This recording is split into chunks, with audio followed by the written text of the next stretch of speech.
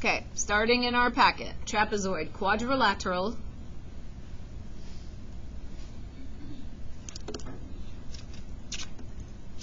quadrilateral. What's a quadrilateral? Lynn? Four-sided, closed shape, yeah. Quadrilateral with exactly one pair. I was going to write two, but one pair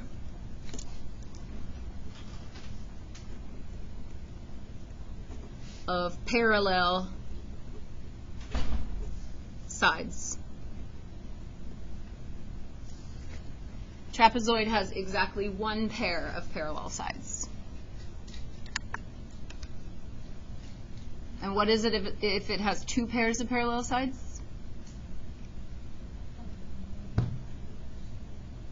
What's it called if it has two pairs of parallel sides? A parallelogram. If it has one pair of parallel sides, it is called a trapezoid. So the properties of trapezoids. Exactly one pair of what sides? Parallel, yes. So in this picture, I'm going to go ahead and mark the parallel sides.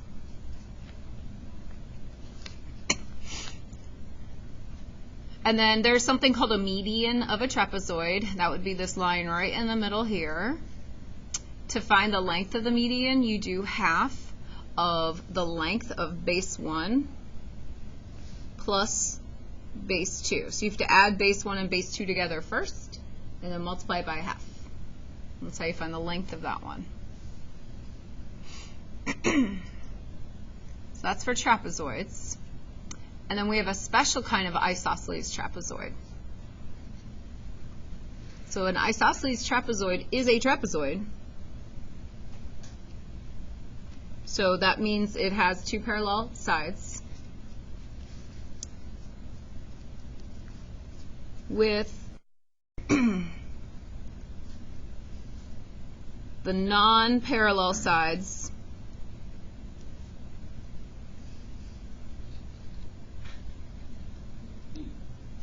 incongruent. I feel like that was not good English. Maybe you guys could fix it. The non-parallel sides are congruent with the non-parallel trapezoid, and the non-parallel sides are congruent. That sounds a little bit better.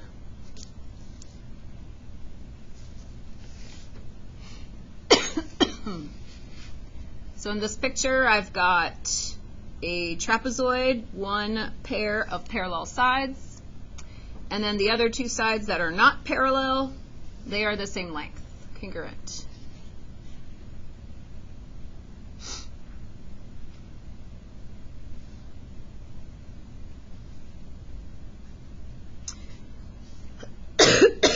So here's some properties. Exactly one pair of parallel sides. The median equals 1/2 base 1 plus base 2. So those are the same properties that a trapezoid has. And then we have three more properties, and that one it's isosceles. So the legs are the two sides that are not the bases. So the legs are what? Congruent.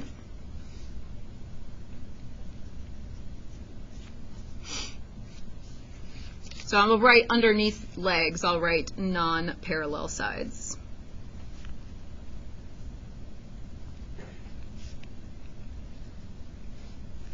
Okay.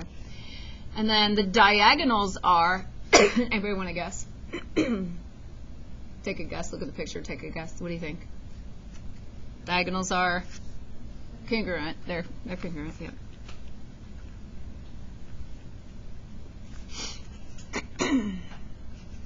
And then base angles. So here's base angles. You want to guess? Anybody want to guess? Take a guess. What do you think? Congruent, yeah.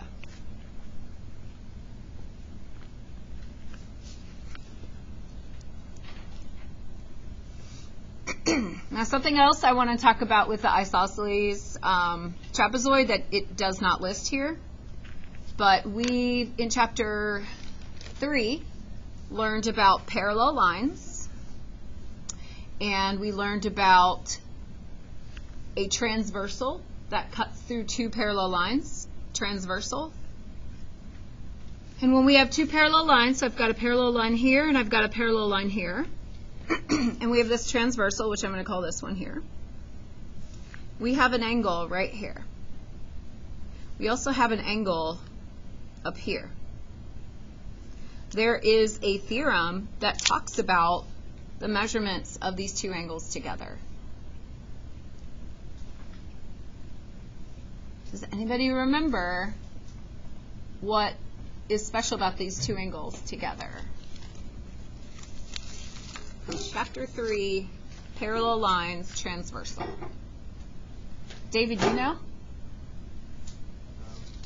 Now? David, look at them. There's really not many options that we actually talked about. What do you think is special about these two angles? They are supplementary. These are called consecutive interior angles. Oops. Consecutive interior angles, and then this is the theorem that says that these are supplementary.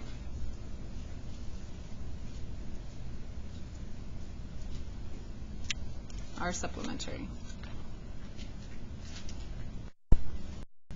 What about this angle down here, and this time we've got two parallel lines, we have a transversal. What do you guys think about this angle up here, the one down here by my finger? I didn't mark it anyway. Maggie? The same as this one? Oh, they're consecutive interior. So what do you know about these two angles then? They're supplementary, yeah. So I'm going to mark this one. These are supplementary, but if this one's supplementary and this one's supplementary, and what do we know about these angles now? They're congruent, right? Okay, and that's all isosceles. Well, I got one more thing just to look at real fast before we answer some questions. How about,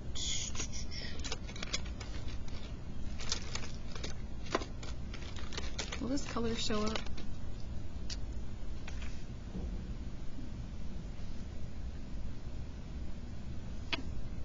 Kind of.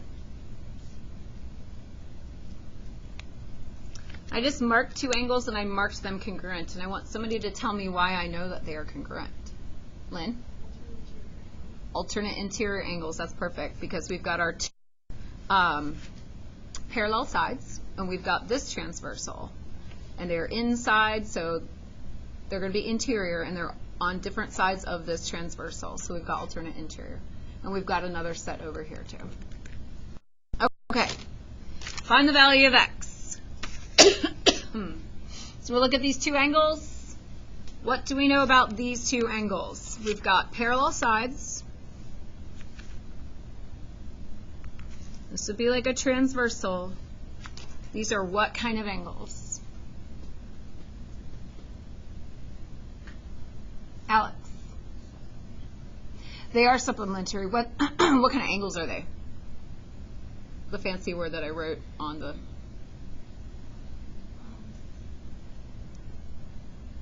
Didn't write it down. So if you don't know, perhaps we write it down. They are consecutive interior angles. Consecutive interior angles. So these are consecutive interior angles. Now what you said was correct. They are supplementary. So in order to solve for the value of x, we need to add them together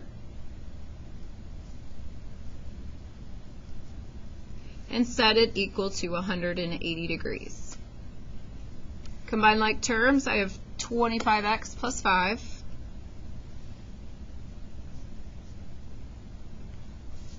equals 180. Subtract 5. You get 25x equals 75. So that is 7. Thank you.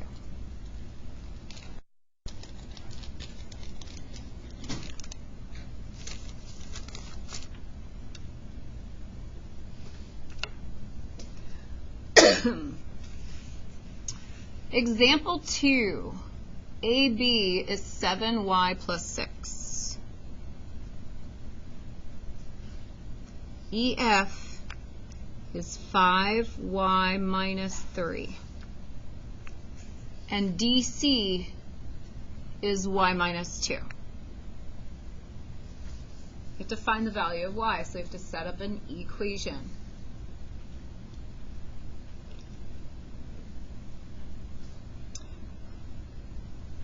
First of all, in the vocabulary and the properties above, what is EF called? What's EF called? Aaron? The median. And we have a formula that says the median is 1/2 multiplied by base 1 plus base 2. So you have to add base 1 plus base 2 first. We're in our packet. The flip book thing. You have to add together base 1 plus base 2 first, then multiply that by 1/2. So that's what we're going to do. We're going to add together base 1 plus base 2.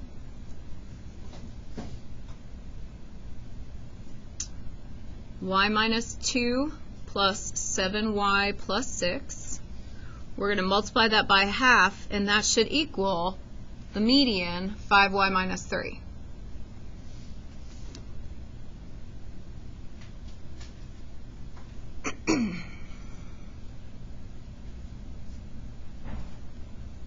The first thing I would do is inside of the parenthesis, let's see if we can make it simpler. Let's combine like terms. 8y plus 4.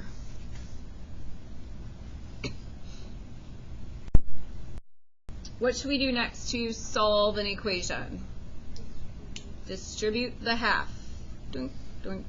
So I've got 5y minus 3 equals 4y plus 2. When we're solving for y, we can't have y's on both sides of the equation. So let's subtract 4y.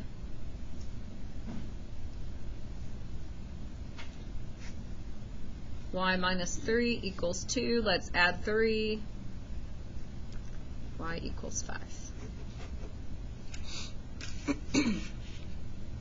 What if I wanted to know if I did this correctly? Is there a way I could maybe check my answer? Any have an idea, Cameron? Well, for y, yeah. Yeah. If we plug it back in, y minus 5, that would make this, or 5 minus 2 would make this one 3. 5 times 5 minus 3 would be 22. And then 5 times 7, 35, plus 6 would be 41. So the median formula says if I add 3 plus 41 and take half of that answer. So half of 44 is 22. That would work. So that could be a way of checking your answer if you're not sure if you did it right. All right, exercise 3. D-O-N-E has to go around the figure. D-O-N-E, it cannot go through diagonals. D-O-N-E is an isosceles trapezoid. The measure of angle EDO is 110 degrees. And measure of angle DEN is 15x minus 5 degrees. We have to find the value of x. Matthew, can you tell me something about these two angles? They're supplementary, so we are going to add them together and set them equal to 180. Oops.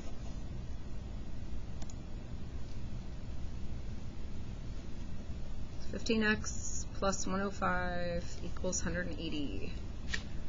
So 15x equals 75. X is 5. And if you plug it back in, they should be supplementary. What's 15 times 5? 75 minus 5? 70 minus? 15 times 5 is 75. What? Oh, you're saying the answer is 70. Yeah. And that would add to 110 to make 180, right? So we have a way to check it. All right, last one. TRAP. TRAP is an isosceles trapezoid. If PR equals 3x minus 7, PR, that's this, and TA is 20, find the value of x. So what do we know, Ryan, what do we know about the two diagonals in an isosceles trapezoid? They're congruent, which means they are equal. 3x minus 7 is equal to 20. So 3x equals 27, so x is 9.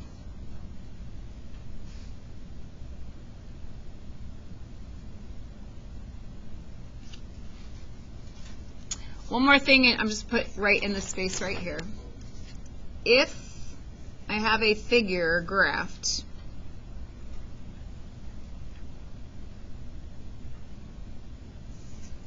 and we need to prove that it's a trapezoid,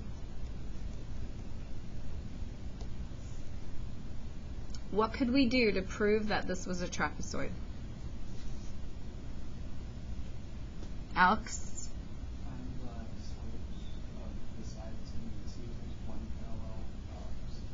Right. We're going to find all four slopes.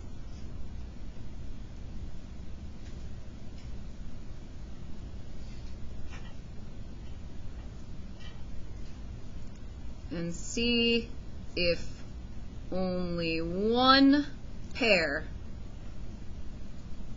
that was spelled wrong, only one pair of parallel sides, or same slope.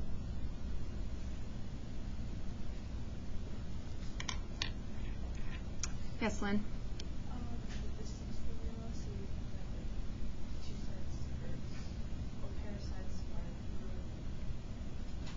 Do we need sides congruent?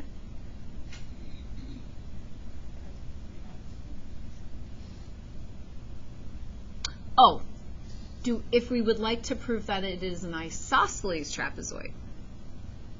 Isosceles. So this would be just proving a trapezoid. Okay? So now if we wanted to prove an isosceles trapezoid,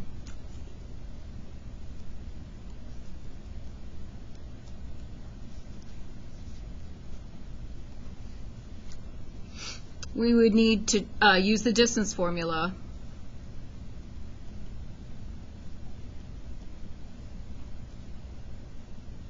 on the non-parallel sides to prove that they are congruent, right? So you would still need to do the sides, the slope, so that we can figure out that it does have two parallel sides. And then the ones that aren't parallel, we would use the distance formula on to see if they're the same, to prove that it is isosceles trapezoid. All right. You have a worksheet for your assignment. And gosh, a lot of time, 25 minutes.